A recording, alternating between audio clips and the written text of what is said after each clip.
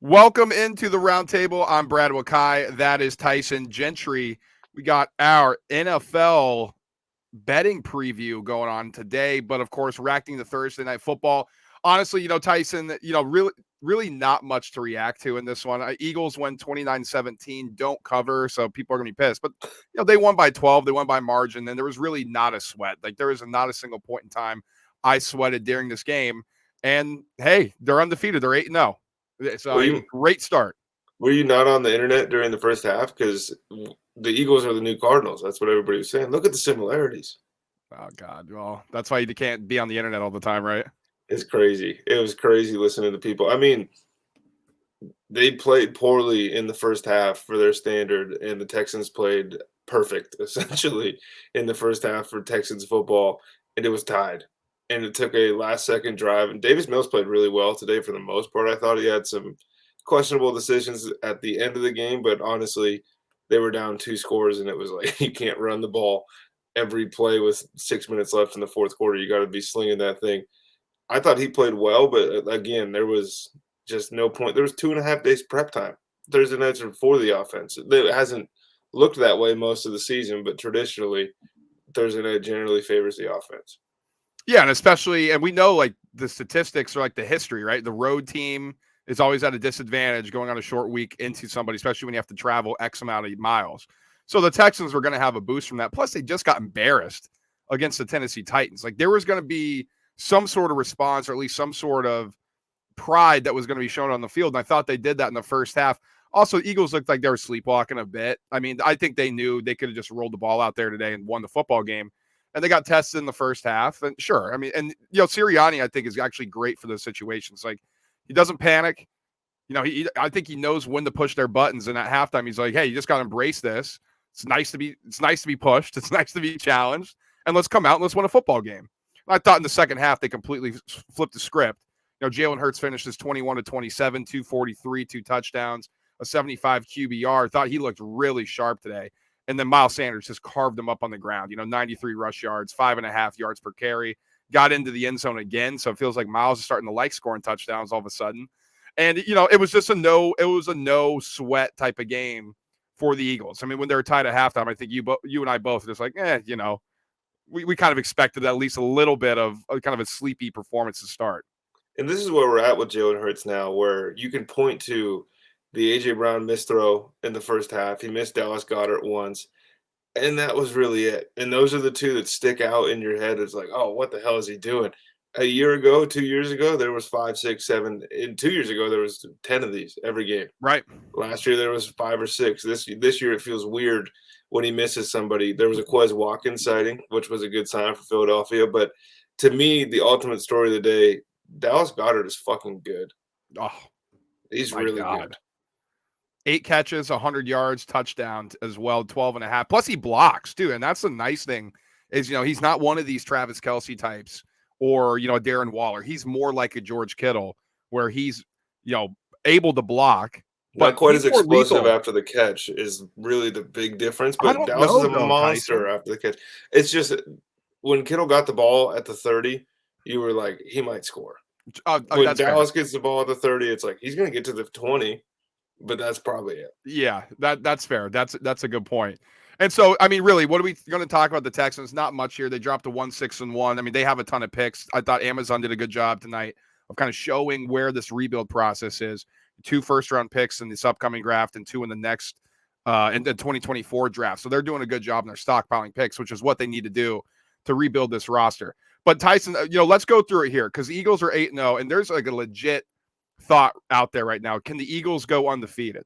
So that's what I want to talk about here before we get into money making time. And I know as Eagles fans, we don't want to jinx anything or we don't want, but I mean, let's kind of go through it here. And here's the schedule. They already had their bye week in week 7. So, I mean, that could hurt them a bit. They're starting to get a little banged up on the defense, but home Washington on Monday night.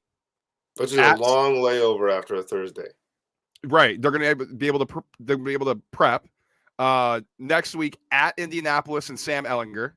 Sirianni's familiar with the Colts. Now, here's one. Home Green Bay the next week. Now, this is, November 27th. Is that That's on that. Okay, so that's not Thanksgiving. I was like, That would Green be Bay cool. playing on Thanksgiving for once? Wow. But if you run through those three, you're looking at a pretty realistic opportunity to be 11-0 going into a game against the Titans. And I think, look, the chances they go undefeated they're greater than zero, obviously, because they haven't lost yet, but they're not much greater because nobody goes undefeated. It's impossible unless you have Tom Brady, Randy Moss, and Bill Belichick, and even they lost in the Super Bowl. There's a reason there's one of all time, and if we're talking regular season undefeated teams, the Patriots did it, and then they lost. That's kind of the closest comp. But the Patriots were at least in dogfights at certain times in the season. The Eagles still haven't really been tested, which is the scary part as an Eagles fan, right? I mean, everyone else is looking at it as like, oh, these guys just cruise. Well, if they keep cruising, eventually they're going to play somebody that jumps out on top of them. And outside of the Jaguars game, they haven't had to deal with that at all. Here's the stretch, and you mentioned Tennessee. Here's the stretch where they can get got a little bit.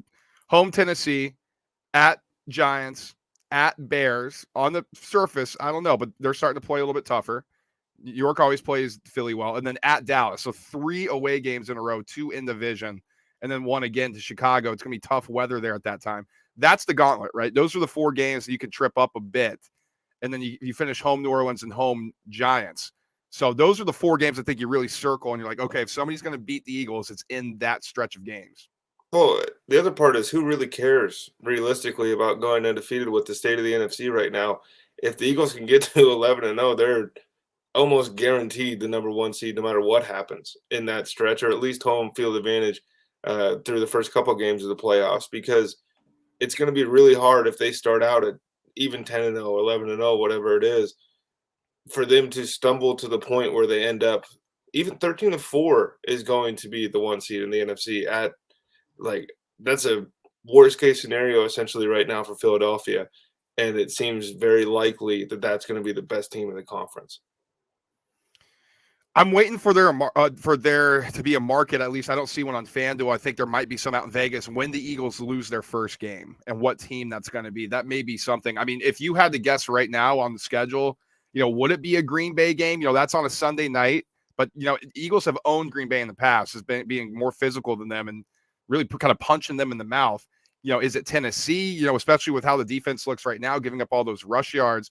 Or do we even go later in the season? Maybe it's at New York, at Dallas. I mean, in week 16, which would be unfathomable. I think it's Tennessee. Okay. I think what I saw tonight from Dameon Pierce, who is a monster. Dameon Pierce is a really good player. A little subtle victory lap for me there. But he's really good. And if Jordan Davis is going to be out, I'm leaning more towards the 6 weeks. They say 4 to 6. He's 400 pounds. So chances of him healing a sprained ankle like a normal human being aren't exactly great. So if he's not there for Derrick Henry, Titans will be able to control the clock. I mean, the Texans were able to control the clock for stretches of the game, and the Titans, that's their bread and butter. The issue is if Malik Willis can't throw the ball, then we start getting into scary hours because their first loss cannot be against the Giants or the Cowboys, because then it won't even matter that they've won the first 14. Yeah, I mean, just interesting thought process to think. I mean, the Eagles is one of the softest schedules. I think second softest schedule coming into the season. The Giants having the easiest overall. So, I mean, it's a real possibility. I mean, 15-2, you'll start talking about awards, Nick Sirianni, coach of the year, potentially. I mean, Howie's got it locked right now, right, for executive of the year. I don't know how anybody's close.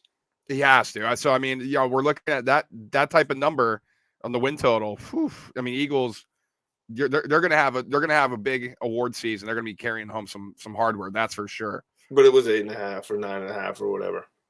Well, we're looking pretty good, Tyson. I think we're gonna be able to cash that bet. I mean, do we get paid in week 10? Unfortunately, not. I don't think. They just want to hold your money for as long as possible because you know how the cockroach. We better get interest. That's what I'm saying. Oh, that'd be nice. That would be nice. Okay, let's move into money making time. Let's get ready for week 9 here. Now, we have to gloat a little bit. We just hit our primetime prop, Dameon Pierce, over 66.5 rushing yards. Got to get in our chalkboard in order to kind of join these plays. We also post it on our Twitter, so you can follow us there as well. But that's a good start to the week for us, Tyson. It was the first one that we didn't have to sweat in quite a while. I mean, this was a first half hitter, so that felt good. Before we get into the slate, I'm going to lock in a bet here. I'm gonna go. You're probably gonna laugh at this one. I'm gonna go Lions under 5.5 wins on the season. They have one right now. They're gonna have to win 5 more. They play the Packers this week. They're at the Bears, at the Giants, home Bills, home Jags, home Vikings. Finish at Jets, at Panthers, home Bears, at Packers. It's hard for me to pick out 5 wins in that one, especially how they've looked right now. So I think, and I'm going to do it. I'm locking this in right now. I'm going to lay that minus 155 Lions under 5.5 wins on the season. A little live action for the people. And by the way, we love Dan Campbell here, but it's getting to the point where maybe it's just not working. I mean, DeAndre Swift gets 5 carries and he comes out and says they gave him 1 too many. It's like the pitch count was 4 on the nose. I don't know. It always sucks too when you talk about it. I mean, I feel like people are hot and cold on coaches way too quickly in the league. I mean, this is his second year. Like, I know, but it's the same it's not a cycle 5-year contract. It's the same cycle as always in Detroit, and I think that's what's going to wear on people most. Is like you're already talking about draft picks and who they could imagine this offense with this guy, or if we had Keely Ringo to this defense, him and Jeff Okudah. It's like again, you guys you were really hoping to kind of get to that 6-7 win number this year, and it just feels impossible. Well, imagine if they have CJ Stroud. Maybe that's something they can look forward to. Yeah. All right. Let's get right into it here, Tyson. First one is an extremely interesting game, in my opinion. Colts at Patriots. Patriots minus 4.5. This opened Patriots minus 6. It's been bet down to 4.5. Now, juice is in favor of the Patriots, so may tick back up to a 5 here. But interesting angle, Sam Ehlinger's in the second start, and it's Belichick against a young QB. I can't believe market is kind of buying back down and backing the Colts here. What are your thoughts on this game? Well, I just think people aren't paying attention to injury reports because Jonathan Taylor hasn't practiced the last 2 days. And if it's Deion Jackson and Zach Moss, Sam Ehlinger's leading the offense with those two behind him, then he's going to have to throw the ball a bunch. And Bill Belichick is going to feast on that, I think. But if Jonathan Taylor plays, that changes everything. So this is one I'm definitely waiting on. I really need to see the practice report on Friday to get a good view of what's going to happen. But my early prediction, not for just this game, but for the Colts season, is I think Frank Reich might be backing up the excuse truck here pretty quick. Well, I didn't have Jonathan Taylor most of the time. Ooh. Is Irsay going to listen? I mean, he might be dabbling in other things. Fair. I'm staying away from this one as well. I'm waiting potentially. I mean, if I had to lean, I'd lean with the Patriots here. I mean, 4, kind of a dead number, 4.5, kind of 5. Those are dead numbers, in my opinion. I think maybe some of the sharps would say otherwise, but I don't know. It just feels like this is a game that Belichick's going to feast, although he doesn't necessarily do well against mobile quarterbacks. Is Ehlinger mobile enough to at least threaten this defense? We'll see a little bit more, I think, this week on what he can do. Bills minus 11.5 on the road at the Jets. Bills are banged up. I don't know if Jordan Poyer is going to play. Matt Milano, starting linebacker, not sure if he's going to play. But does that matter now with Breece Hall out? Zach Wilson didn't look great last week. Again, Belichick, young quarterback. Maybe can cut him a little bit of slack, although people on the internet don't want to. What do you think about this one? Anything pique your interest here? I mean, if it was at 9.5, I'm way more interested, and that's probably something I'll tease just to get. I think the Bills are 2 scores better than the Jets all day long. I think even with Breece Hall playing, it's just 11.5, such a weird number, especially when you factor in the fact that the Jets seem to play well in the second half of football games, especially fourth quarters. They close hard for the most part when they're losing pretty big. And I think this one might get out of hand early, and then we'll see what happens because Zach Wilson has not looked the part in year 2. He didn't really look the part in year 1. We were trying to talk ourselves into it more and more, but it's getting harder every week, brother. Yep. I mean, that's fair. That's fair. And he hasn't done himself any favors here. For me, my official play on this, I'm going to go Bills first half team total over 14. Now, they're giving a flat 14, minus 110. I'll take a push in this one. I honestly don't see this one staying under. I think you at least get a push or higher here. Bills were laissez-faire in the second half against the Packers. Josh Allen seemed frustrated with himself. He kind of seemed frustrated in general. He's a leader. He wants to go out there and make a statement against the divisional team here. I think this offense is going to come out guns blazing. The defense, sure, Sauce Gardner's awesome, and they played a lot better, and this D-line's been good. I don't think they have the firepower to compete with this Bills team who wants to lay it on somebody, and they do that against bad teams. I like Bills team total over 14 in the first half here. Moving on, Dolphins laying 4.5 on the road at Chicago. Very interesting game. I mean, Claypool's going to be playing. It looks like he's going to suit up. I'm not sure exactly what they're going to have him do besides maybe be a decoy, maybe just be a threat, maybe go run across the middle, go deep, whatever the case may be. Dolphins came roaring back against the Lions last week.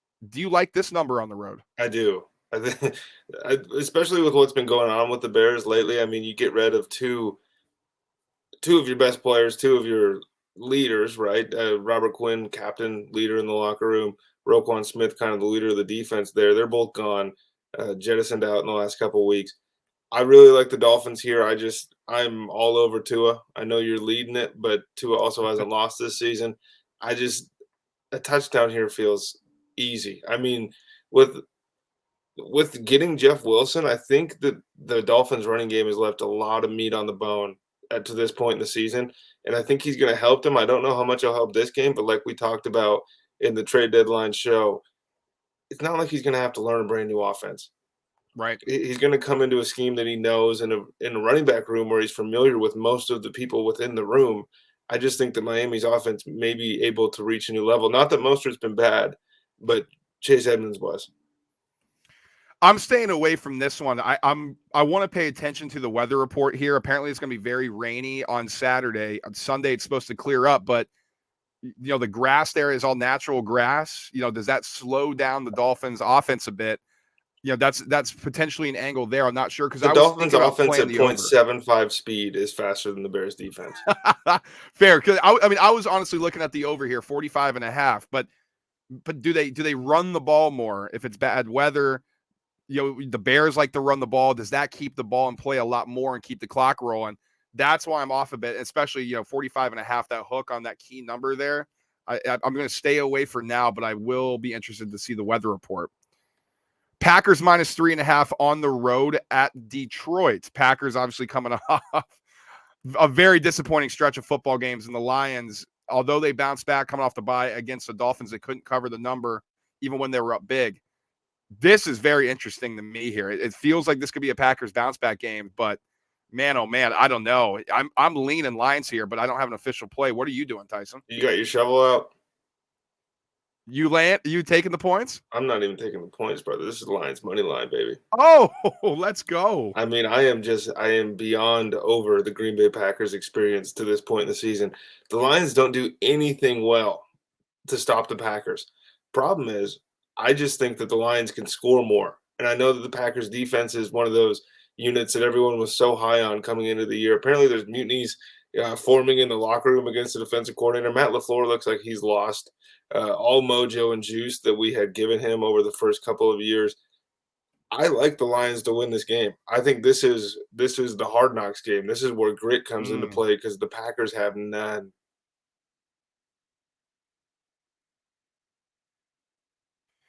I like Lions team total over 22.5 here.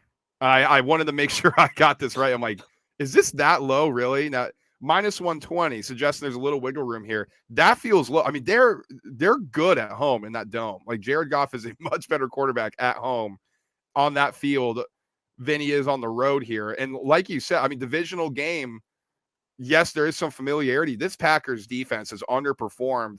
And I think the Lions are chomping at the bit to make a statement. And this would be a big statement if they can win it. You think they can do it? I think if they're going to win, they're going to need to do it with points. I like their team total over 22.5. That's why I'm going to play here. I'm half doing it just to fade your win total under, just to watch you score them a bit. Okay, that's fair. Little show score here. You want to watch me get nervous. Now this seems like a classic Pro versus Joe game. Dolphins laying 3 on the road. I mean, this opened Vikings laying 3 on the road. This opened Vikings -3.5, 4-ish. Bet down with support from the Commanders. I'm leaning Commanders. If it gets up to 3.5, I'm going to take the Commanders. If it stays at 3, I'm going to take the Commanders.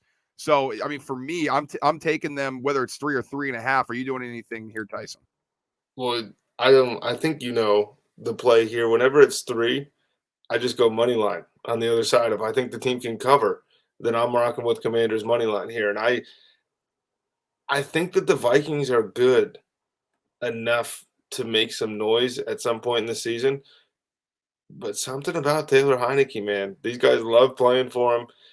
Washington's looked better over the last couple weeks, and honestly, this feels like a game that is closer on paper when you look at lineups and talent and all that stuff than when you look at records. And I just think Washington at home with that juice is a good value. Panthers on the road. The upstart Panthers, led by PJ Walker and head coach Steve Wilkes. Whoa. On the road at the Bengals, who laid a stinker on Monday night. That's the last time we saw them. They're laying 7. Do you like anything in this game? I don't. 7 is a weird number. I mean, the Bengals offense looked horrible. Joe Mixon looks like all of a sudden he's gone. Like he doesn't look like he was the guy from the last 8 weeks of the season a year ago. For some reason, when they don't have Jamar Chase, Zach Taylor refuses to adapt to not having one of the 5 best receivers in the NFL. And the Panthers are scary, dude. Like not scary like they could win the game, but scary like they could be around for too long. Play of the week, Bengals -7. What are we talking about here? This Panthers team sucks. Like, because PJ Walker had a good fourth quarter against the Falcons, who preseason was a bottom 3 team in the league. We're all of a sudden like throwing flowers. We like PJ Walker. It's a good story. The dude is a backup quarterback in this league. Yes, he threw that bomb down the That's field. XFL Amazing. MVP PJ Walker, by the way. You're right. I need to put respect on his name. But listen, this is a Bengals team who is much. We're talking about the fucking team who's in the Super Bowl last year. And now all of a sudden the darlings are the Panthers, who played one good quarter and they upset the Bucks. We got to slow it down a bit. And I think the perception is getting a little out of control here. I like the Bengals in a situation on a bounce back at home against a team that I think they can shred up. So I'm play of the week, Bengals -7. I was looking for a pen to add Zach Taylor's name right next to Scott Frost and Sonny Dykes and all these other guys that you just refuse to stop betting on. It's who else is in there? God, it'll come to me. I'm trying to remember because I know there's one more coach. I can't quit it. And maybe it's this one, Tyson. Chargers -3 on the road at the Falcons, coming off a bye. Your boy Brandon Staley. Can you get this defense right? Like, what the hell is going on here? I can't believe they're laying this short of a number. I mean, this to me, I'm not gonna play like a spread here or money line or anything like that. I think the Chargers should win, but I am looking at Justin Herbert over yards. I think people are going to be reacting to the news. No Mike Williams, obviously. It looks like Keenan out. That's tough too, though, because coming out of a bye, they had 5 soft tissue injuries. How does that happen in LA? Like, what's the deal with that? They've lost the most wins above replacement outside of quarterback of anybody in the league. Justin Herbert's playing injured, but the Falcons' pass defense is so bad that you just said it. They made PJ Walker look like a stud. Justin Herbert is a stud. Chargers team total over 26.5. They might just throw bombs away on this defense. And yeah, they don't have receivers necessarily, but DeAndre Carter is fast. Like he might be able to get behind this defense and just run by him all, and Herbert's going to bomb it to him. Austin Eckler's still a weapon. You could just slot him in the slot and throw the ball to him like he's a wide receiver. So I like the Chargers to be able to put up points here. I'm staying away from the spread. It's just, I just don't know what to expect with this defense. Now, Cordero Patterson, he's activated. I don't know if he's going to play. So that would make me a little bit more bullish on the Chargers. But I don't know. I just don't trust them. So I'm going to do something that I think they're going to be able to do to the opposing team. And I think they'll be able to score points here. So over 26.5 Chargers team total. And if Patterson doesn't play, pay attention to Caleb Huntley on the player prop line there. I know he doesn't get as many snaps as Tyler Algier, but when he's in the game, they're handing him the football, and the Chargers' rush defense stinks. Interesting one. Raiders laying 1.5 on the road at Jacksonville. Raiders got blanked last week against the Saints. They scored 0 points. We're barely across the 50. Like, it was a joke what that offense was doing. Stayed on the East Coast. Apparently there's some flu going around. The Jags are faltering. Are you playing anything here? No. No, I mean, this is to me, I don't know where you're gonna go, but this feels like you're gonna get suckered into something because the Raiders have given us no reason. Outside, like 2 weeks ago, I was like, I think they figured it out, and then whatever the hell that was against the Saints just happened. Josh McDaniels doesn't concern themselves with wins and losses, which is kind of the main point of his job. So, to me, like the Jaguars stink, and it sure looks like the Raiders do too. I would lean under, which means that this game might be 35-33. I'm hesitant here, but I'm going to take the Raiders -1.5. Historically, when a team gets shut out, they perform next week because water finds its level. Like the offense might be clicking. I just don't have faith in this Jags team. Trevor Lawrence has not performed well since those 2 games early in the season. This defense has regressed a ton. And there's just not enough talent on this Jags team. And yeah, you can say a little bit about that with the Raiders, but they're better at quarterback. I mean, probably worse at head coach. I mean, I know people love Doug Peterson, but I mean, honestly, he's got a ring, sure, but my God, people act like he's fucking Vince Lombardi for Yeah, it's Christ's been sake. Like, it's bad for insane. Doug this year. It's been really, really eye-opening, I think, for people to watch him when he doesn't have one of the most talented rosters top to bottom in the NFL. And then people are like, it's got to be something with this offense. I don't know what it is. It might be Doug. Exactly. Well, I'm trying to tell people that for a while, and they don't listen. So the thing is here too, Jacksonville doesn't have much of a home field advantage, right? So maybe on a neutral, Raiders -2.5. I think they're a field goal better than this Jags team. So I'm going to take them -1.5 here on the road in a little get right spot. I missed one here. My bad. And of course, it's a good one that I didn't put on here, but Seahawks on the road facing the Cardinals, who are 1.5-point favorites at home, Tyson.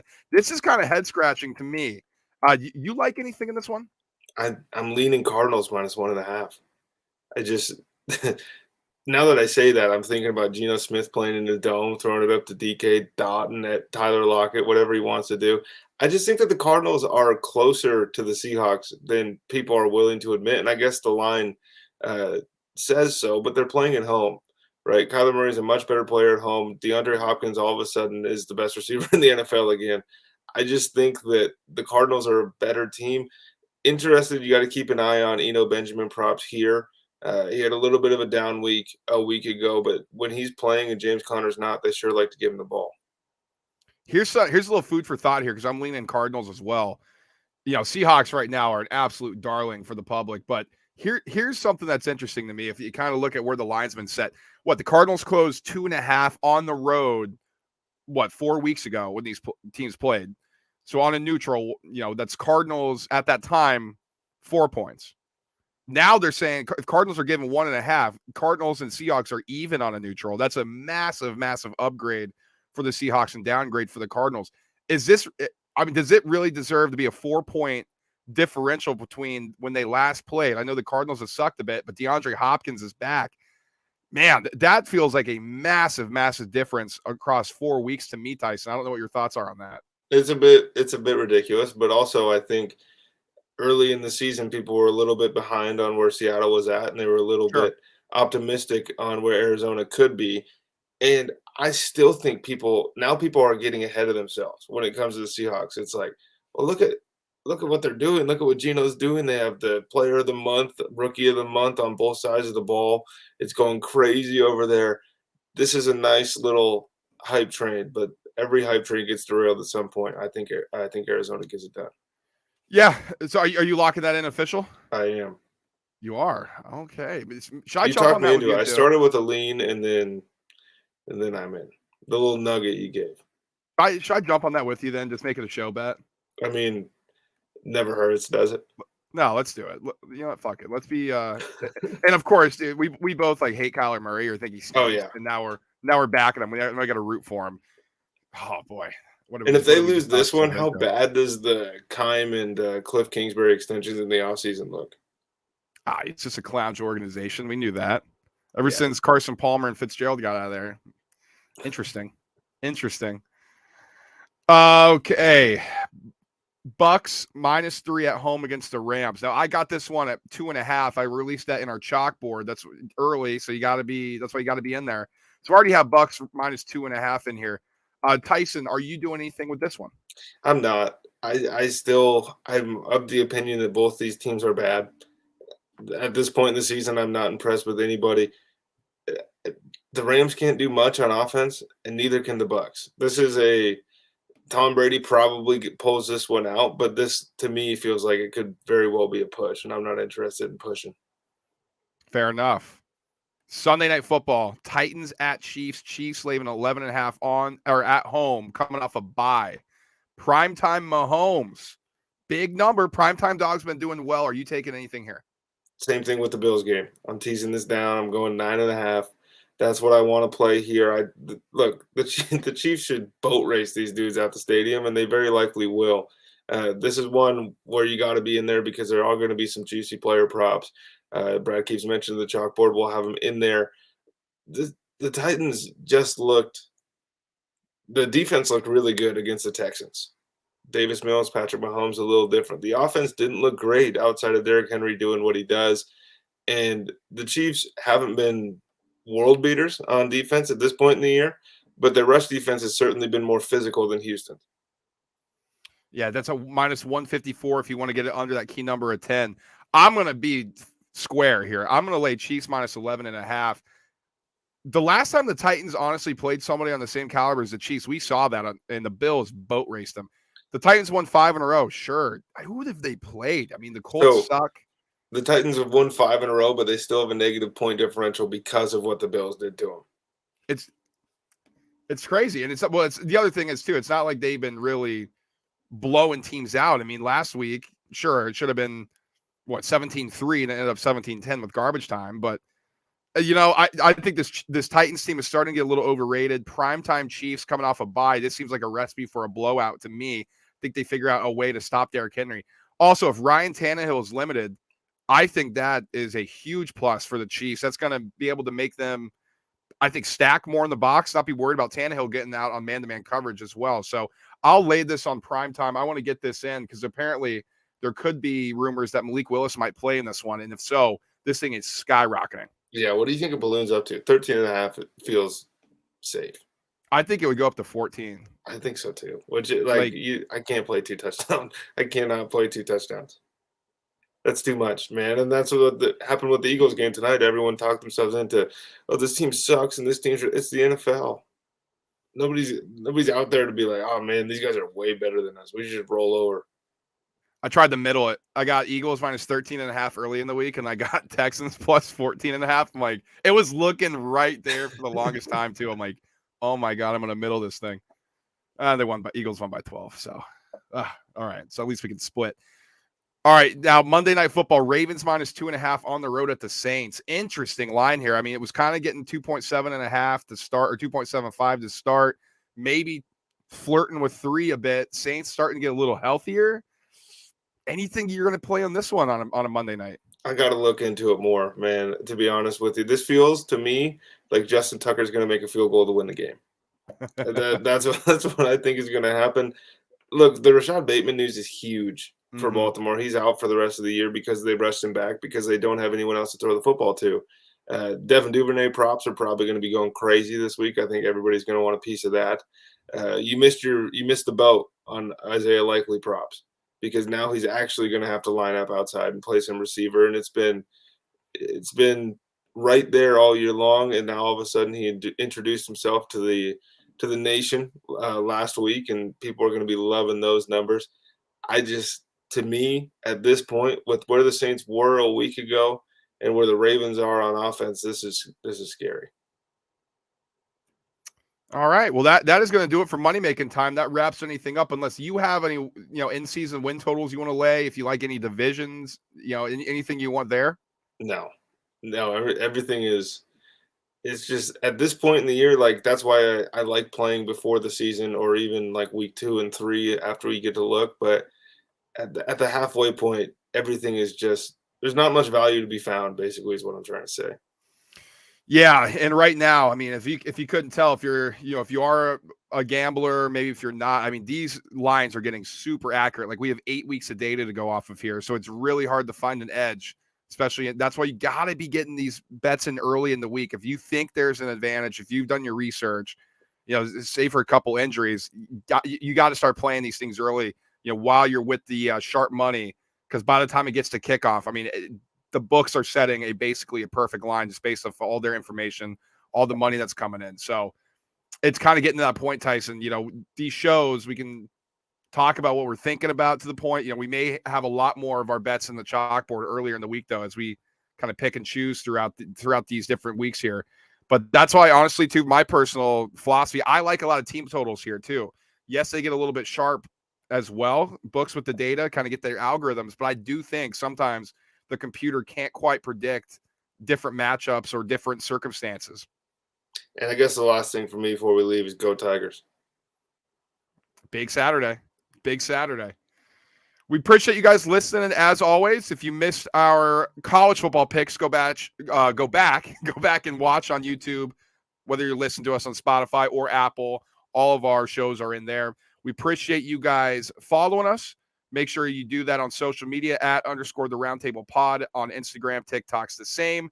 Twitter @ TRT_pod. Chalkboard link, free app. Download it.